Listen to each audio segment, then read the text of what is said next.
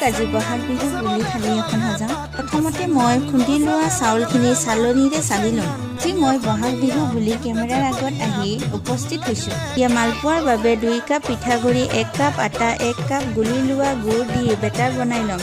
অলপ baking soda দি মিলাই লৈ চব দি 1 ঘণ্টাৰ বাবে ৰাখি দিম। জোন পিঠাৰ বাবে মুঠি থোৱা আটাটো বেলি লৈ জোন পিঠা বনোৱা যন্ত্ৰটো লৈ মাজত নাৰিকল দি বন্ধ কৰি এই কি ধুনীয়া চেপ বনিছে। এটা নিউ পিঠা ট্ৰাই কৰি চাইছোঁ, ফুল পিঠা। আপোনালোকক বেলেগ এদিন ডিটেইলছত ক'ম, আজিৰ বাবে এটাই বনাইছোঁ। এতিয়া মই মালপোৱা আৰু জোন পিঠা, ফুল পিঠা কেইটা বনাই ল'ম।